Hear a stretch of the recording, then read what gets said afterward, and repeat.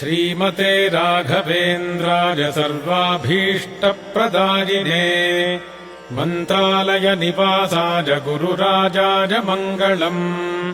श्रीमते राघवेन्द्राय सर्वाभीष्टप्रदायिने मन्त्रालय निवासाय गुरुराजाय मङ्गलम्।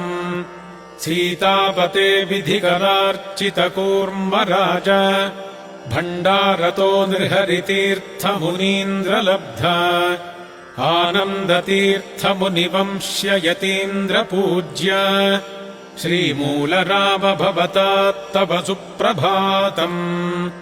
सीतापते विधिकरार्चितकूर्मराज भण्डारतो नृहरितीर्थमुनीन्द्रलब्धा आनन्दतीर्थमुनिवंश्य यतीन्द्रपूज्य श्रीमूलराम भवतात्तव सुप्रभातम्। श्रीरामदूत हनुमन्यदुनाथ दास श्रीभीमसेन वररौप्यपुरावतार श्रीव्यासहृत्प्रियतमामितशुद्धबुद्धे श्रीमध्वराज भवतात्तव सुप्रभातम्।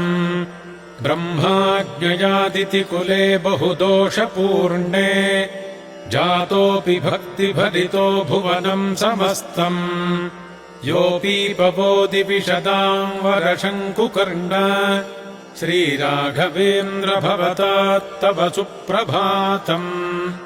दैत्येश्वरम् हरिविरोधि हिरण्यकन्तम् योनीनयो हरिपदम् पितरम् स्वभक्त्या प्रह्लादमर्त्य हरिसम्भवकारणात्मन् श्रीराघवेन्द्र भवतात्तव सुप्रभातम्।